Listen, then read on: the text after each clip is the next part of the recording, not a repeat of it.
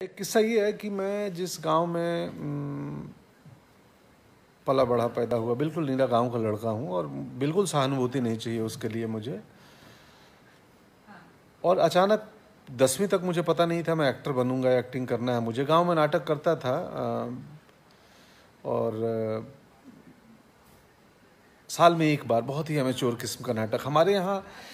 जो बड़ा डायरेक्टर, अब ये किस्सा सुना देता हूँ कि हमारे गांव के उस नाटक में राघव शरण तिवारी थे जो डायरेक्टर थे, मेरे गांव के ही थे, अब वो नहीं रहे, उनको प्रणाम। और उनके लड़के सुरेंद्र तिवारी थे, मास्टर साहब, दोनों डायरेक्टर थे। और तारकेश्वर एक व्यक्ति थे जिन्होंने नाटक का लिखते थे, वो भी नहीं रहे तारकेश्वर। कमर से नीचे उनको पोलियो लगा था और उनकी बड़ी चाहत थी।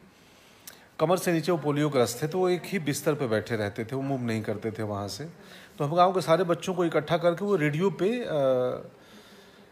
क्रिकेट उस वक्त आता था, रवि शास्त्री और सुनील गावस्कर सर और कपिल देव, श्रीकांत, ये लोग खेला करते थे। तो रेडियो पे हमें क्रिकेट सुनाते थे, उनके पास एक रेडियो सेट था मनोरंजन के लिए। और हमें वो तारकेश्वर जो है रेडियो पे क्रिकेट सुनाने के संग संग हमें बोले कि तुम लोग नाटक करो, मैं लिखूंगा और तुम सब एक्टिंग करोगे और बाबा अपने जो राघव बाबा हैं वो डायरेक्ट करेंगे। तो वो कहानियाँ कुछ लिखे, हम सब नए नए, हम लोग 5वीं 6ठी 7वीं क्लास के पढ़ने वाले बच्चे इकट्ठा किए और हमने एक नाटक लिखा, कुछ एक लोटा पानी, घुघरू, ऐसा सामाजिक नाटक। और वहाँ डायरेक्टर, गांव में डायरेक्टर का मतलब ये होता था, गांव के नाटकों में डायरेक्टर का मतलब, क्योंकि कोई भी अभिनेता, हम रिहर्सल करते थे ऑफकोर्स 15-20 दिन, एक महीने रात को, और रिहर्सल करते थे लालटेन जला के। एक वैद्य जी का घर था, अशोक चाचा का, उनके बरामदे में। और अचानक रात को 9-8 बजे के बाद गांव खा के सो गया, हम लोग 8 बजे रिहर्सल करने जाते थे। और अचानक 11 बजे, 11:30 बजे होते होते पता चला कि कोई एक हमारे नाटक ग्रुप का, मंडली का आदमी लघुशंका के लिए, लघुशंका बहुत कठिन शब्द हो गया, पेशाब करने के लिए बाहर गया। और उसने देखा कि हमारे गांव के पीछे एक नदी है, नदी के उस पार टॉर्च जला। तो वो आके बोलता था कि उधर पार्टी आ गई है, टॉर्च मैंने देखा। अब पार्टी आ गई है क्या तात्पर्य था कि उधर चोर या डकैत आ गए हैं, टॉर्च जल रहा है। तो हम सब जाते थे चुपचाप और खड़ा होकर वहाँ देखते थे। थोड़ी देर बाद फिर एक टॉर्च की रोशनी दिखती थी, तो हम लोग, एक चीज़ होती थी ठनकना, समूह में 5-6 लोग एक साथ चिल्लाते थे, ओ ऐसा करके, ऐसा साउंड होता था 5 लोगों का। अचानक 12 बजे पिन ड्रॉप साइलेंस में पूरा गांव सोया है। तो वो ठनकने से ये सिग्नल होता था कि पड़ोस का गांव कल्याणपुर है, एक चकमंजन है, उधर लक्ष्मीपुर है, मेरे गांव के बाजू में माधोपुर है, मठिया है, गिरिटोला है। तो वो अचानक ठनकने से ना उस गांव के लोगों तक आवाज़ पहुंचती थी और ये संकेत होता था कि कहीं चोर आया है, इधर वालों ने आवाज़ लगाई है, ठनक। तो वहाँ के लोग जग के ठनकते थे। तो आसपास के 5-6 गांव के लोग जग गए, तो चोरों को पता चलता था कि यार अब ये सब जग गए, मुश्किल है। तो चोर वापस टॉर्च ऑफ करके जहाँ से भी आए होते थे चले जाते थे। एक ये किस्सा है। दूसरा किस्सा है, जो डायरेक्टर होता था गाँव में, बड़ा डायरेक्टर किसको कहते थे कि कमाल के डायरेक्टर हैं वो। हम रिहर्स करते थे 20-25 दिन, और रिहर्स करने में कोई अभिनेता मेरे गांव का, सुदेश चचा थे, एक अरविंद चचा थे, मिथिलेश एक था, बहुत बढ़िया एक्टर था मेरे गांव का। मैं खराब एक्टर था, बहुत अच्छा एक्टर नहीं था अपने गांव के नाटक मंडली में। तो लाइनें कोई नहीं याद करता था, कोई भी अभिनेता अपने डायलॉग्स, संवाद अपने। तो डायरेक्टर का मतलब जो पर्दे के पीछे, जो आगे स्टेज पे एक्टिंग चल रही है, आगे नीचे पुआल पे बच्चे बैठे हैं, पुआल के पीछे कुछ कुर्सियां, बेंच, टेबल, चौकियां लगी हैं और गांव के ढेर सारे लोग बैठे हैं। तो डायरेक्टर का मतलब वो पर्दे के पीछे से वो डायलॉग प्रॉम्प्ट करेगा हर किरदार को। और क्योंकि लाइनें याद नहीं है तो सुनते थे, और सुन के और फिर आके आपको अपनी लाइनें बोलनी है।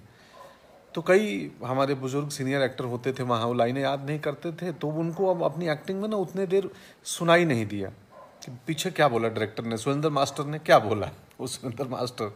तो वो बेवजह हंसने लगते थे, उतना याद और चलते हुए पीछे कर्टन के पास जाते थे कि मैं जाके सुन लूँ क्या बोल रहा है मास्टर। और मास्टर तब तक तीसरी बार बोल रहे हैं कि अरे विक्रम सिंह, मैं तुम्हें नहीं छोड़ूंगा, वाह मास्टर तीसरी बार में गुस्सा हो गए, बोल रहे हैं बे साले विक्रम सिंह मैं तुझे नहीं छोड़ूंगा। अचानक उनको सुनाई दिया अबे साले विक्रम सिंह, मैं अबे साले इनके लिए बोला कि बोलना क्या बहरे हो, तो अचानक ये बोल दिए कि अबे साले विक्रम सिंह या बहरे हो विक्रम सिंह मैं तुम्हें नहीं छोड़ूंगा। तो इस किस्म का बड़ा डायरेक्टर वो होता था जिसकी प्रॉम्प्ट की हुई लाइनें को एक्टर्स मतलब एक्टर सुन ले स्टेज पे, लेकिन पहली लाइन में बैठी हुई ऑडियंस ना सुन पाए। तो सुरेंद्र मास्टर हमारे इस मामले में बहुत मास्टर थे। वो इतना धीरे से प्रॉम्प्ट करते थे पर्दे के पीछे से कि एक्टर भी नहीं सुन पाते थे और पहली लाइन तक तो बात नहीं जाती थी। ये दो छोटे किस्से, एक रात में जगने के चोर आने का और एक मास्टर डायरेक्टर का। और अब ये किस्सा मेरी ज़िंदगी से कैसे जुड़ा है, अभी 2 महीने पहले, 2 महीने नहीं ऑफ कोर्स 8-9 महीने पहले मैं हैदराबाद में था एक होटल में रात को, और उसी दिन गया था PR मान सिंह जी से मिलने, जिनका किरदार मैंने किया है 83 फिल्म में। जो सब सामान्य हो जाएगा तो आएगी वो फिल्म और देखेंगे आप सब। तो PR सर से मिल के दिन भर घर पे, और रात को मुझे पता नहीं था कि उस रात में अचानक मास्टर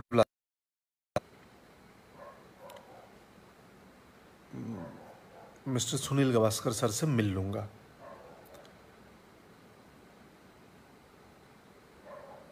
मैं ये किस्सा बताते हुए इमोशनल हो रहा हूँ, रुक रहा हूँ, मुझे मेरे शब्द खो रहे हैं, बताना मुश्किल हो रहा है।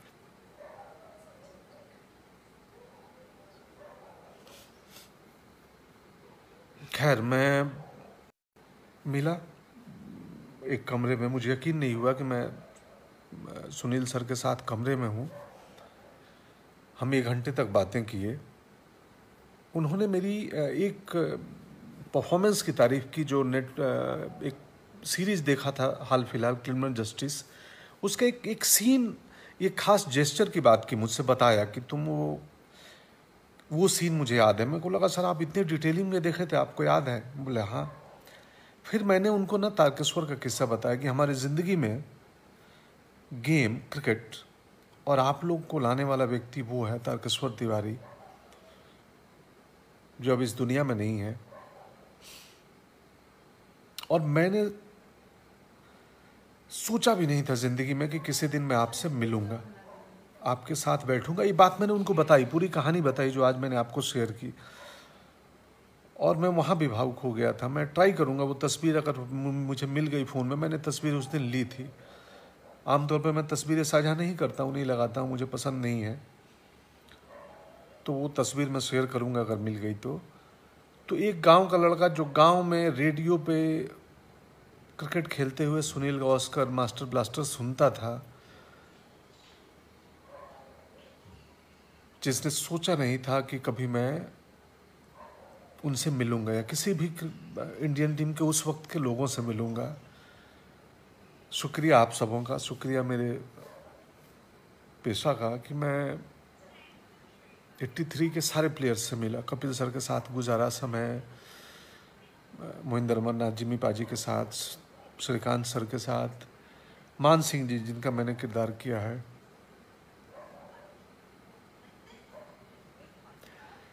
खैर शुक्रिया, ये किस्सा आज यहीं समाप्त करते हैं। कहा सुनाने के पीछे ये सिर्फ मंशा थी कि आप ईमानदारी से, सिंसेरिटी से कुछ भी चाहोगे हम में से कोई, तो वो संभव है हो जाना। इसका एक प्रमाण मैं हूँ कि जिस बच्चे ने 9 साल की उम्र में रेडियो पे क्रिकेटर को खेलते हुए सुना और कल्पना नहीं किया था कि ज़िंदगी में कभी उनसे मिलेगा, उनसे मिला। तो शुक्रिया। तो आज जो किस्सा मैं सुनाऊंगा अपने ही बचपन का, अपने गांव का। मेरे गांव से कुछ 8 किलोमीटर की दूरी पे एक छोटा सा स्टेशन है जिसका नाम है रतन सराय, गोपालगंज डिस्ट्रिक्ट में पड़ता है वो मेरा स्टेशन। वहाँ मीटर गेज की ट्रेन, छोटी लाइन की ट्रेन चलती थी। और आज का जो किस्सा है वो बेसिकली किस्सा है गांव की घड़ी और गांव का अलार्म। सुविधा के लिए मैंने नाम दे दिया है। मुझे याद है अक्सर कि दिन में हम घर पे होते थे और माँ से पूछते थे कि माँ कितना समय हुआ है, तो अचानक मेरी माँ आंगन में देखती थी और आंगन में जो धूप की लाइनें बनती थी छज्जे से क्रॉस करके सन के डायरेक्शन के हिसाब से, तो वो धूप की लाइन देख के बोलती थी 2 बज गए हैं, खाना खा लो, या 4 बज गए हैं। ये वैसे ही रात को कभी खाने के बाद हम सोने जा रहे हैं, आंगन में आसमान में बहुत सारे तारे भरे होते थे, जो कि यहाँ से भी दिखते हैं मेरे घर से। अभी भी आई थिंक मेरे पीछे दिख रहा है, वो तारा है, एक छोटा सा डॉट आपको दिखेगा पीछे, वो तारा ही है। हाँ, तो बहुत सारे तारे दिखते थे। माँ अचानक उन तारों का मूवमेंट देखती थी और बोलती थी रात के 2 बजे हैं, अभी 4 घंटे और बाकी है, सो जाओ, या 3 घंटे और बाकी हैं, सो जाओ। तो ये थी घड़ी, दिन में सूरज का मूवमेंट, रात को तारे। और अलार्म जो था मेरे गांव में, वो रतन सराय स्टेशन में रात को 8 बजे एक मेल ट्रेन जाती थी, जो बरौनी थावे से खुल के, थावे एक स्टेशन है, बरौनी को जाती थी। 7-8 घंटे लगाती थी, कुछ 200 किलोमीटर की जर्नी में। तो वो मेल जो थी, 8 बजिया मेल उसको बोलते थे, वो पूरे गांव का नाइट अलार्म था। अब समझिए 8 किलोमीटर दूर ट्रेन का प्लेटफॉर्म पे रतन सराय आके लगना, क्रिस्टल साउंड हमें सुनाई देता था, सिर्फ हॉर्न का नहीं, इंजन और पटरियों का, पूरी बोगी का, कि ट्रेन आ गई। इतना ज़ीरो था साउंड पोल्यूशन गांव में। और वो 8 बजे मेल का आना पूरे गांव का, पूरे इलाके का अलार्म होता था कि 8 बजिया मेल चली गई, अब चलो खाएं पिए, मतलब खाना हो गया होता था तब तक, सो जाएं। 8 बजिया मेल का जाना यानी कि पूरे गांव का, पूरे इलाके का अलार्म, सोने का अलार्म। अगेन वही ट्रेन वापसी में दूसरी सुबह 4 बजे आती थी, 3:40 या 4 बजे के आसपास आती थी, 3-3:30 बजे के आसपास, उधर से हाजीपुर से, बरौनी से खुल के हाजीपुर छपरा होते हुए। और 4 बजे 3:40 या 3:45 पूरे इलाके का सुबह 4 बजे का अलार्म होता था उठने का। तो हम रात को ट्रेन से सोते थे और ट्रेन से सुबह उठते थे। ये अलार्म था, और घड़ी, चांद और तारे। मैं ट्राई करता हूँ कैमरा यहाँ रहे कि वो तारा दिखता रहे। बहुत मुश्किल होता है मुंबई में ऐसे तारों का दिखना, जो मेरे पीछे दिख रहा है डॉट। खैर, और ये तो हो गई घड़ी और स्टेशन का। अब रतन सराय स्टेशन से मेरी पहली यात्रा ट्रेन की 86 में, मैं 11 साल का था, मेरे भाई की शादी तय हो गई थी और पटना जाना था सामान खरीदने, कपड़े खरीदने। तो मेरे बाबूजी पंडित बनारस तिवारी, मेरे चाचा पंडित काशीनाथ त्रिपाठी निकले पटना जाना है खरीदारी करने, मुझे साथ लेके गए थे। मेरे भैया भी थे, शंभू भैया, कि तुम चलो, क्योंकि मेरे कपड़े लेने थे वहाँ, तो तुम रहना। और पहली बार मैं पटना जा रहा था। 86 शाम की ट्रेन थी, वहीं 8 बजे की। मैं रतन सराय स्टेशन पहुँचा और कोयला इंजन, उस समय स्टीम इंजन था, कोयला इंजन में ट्रेन आई, ऐसा साउंड करते, झुक, और बहुत बड़ा सा काला, डरावना सा था इंजन, पहली बार मैं देख रहा था 86 में। फिर हम बैठे उसमें, मैं इंजन आते, मेरी पहली नज़र थी ड्राइवर को देखने में, काला कपड़ा बांधे और कोयला फेंकते थे उसमें, आग भी दिखता था इंजन का जलता हुआ, एक सामने ऐसे गोल सा ओपनिंग था, तो उनके चेहरे काले हो जाते थे कोयला के पाउडर से। जो ड्राइवर होते थे दोनों, उसमें कोयला फेंकते थे, कोयला जलती थी, उससे वो ट्रेन चलती थी, स्टीम इंजन। तो ये पहली ट्रेन यात्रा थी, हम तीनों ट्रेन में बैठे और हाजीपुर के लिए निकले। उसके बाद जब मैं 10वीं में आ गया, तो 10वीं में आने के बाद अक्सर मैं और बाबूजी सुबह ट्रेन पकड़ने के लिए या रात की ट्रेन पकड़ने के लिए, मैं सुबह वाली से जाता था 3:40 से, थावे बरौनी वो, तो उससे 2 बजे रात को हम अपनी साइकिल पे महीने भर का अनाज, मतलब घर का चावल, घर का दाल, घर का सरसों तेल, घर के मसाले, हल्दी पाउडर, सब्जियां और नमक छोड़ के हम दोनों साइकिल से लेके निकलते थे, स्टेशन जाते थे और वो ट्रेन पकड़ते थे सुबह की। और मैं साइकिल छोड़ देता था प्लेटफॉर्म पे। मेरे बाबूजी को साइकिल चलाने नहीं आता था, तो वो उधर से दूसरे दिन, उधर से वापस वो पैदल चल के उस साइकिल को हाथ में लेके आएंगे। तो मैं ट्रेन में बैठता था, बाबूजी बोलते थे बैठ जाओ खिड़की के पास, मैं खड़ा नहीं होने देते थे दरवाजे पे। मैं बैठ के और तब तक वो प्लेटफॉर्म पे खड़े रहते थे जब तक ट्रेन खुले नहीं। 2-3-4 मिनट बाद ट्रेन खुलती थी और ट्रेन धीरे धीरे प्लेटफॉर्म से सरकने लगे। बाबूजी मुझसे दूर होते जाते थे, खिड़की से मैं झांक रहा हूँ उनको और धीरे धीरे दूरी बढ़ रही है। बाबूजी छोटे दिख रहे हैं मुझे, मैं भी छोटा दिखने लगा हूँ उन्हें।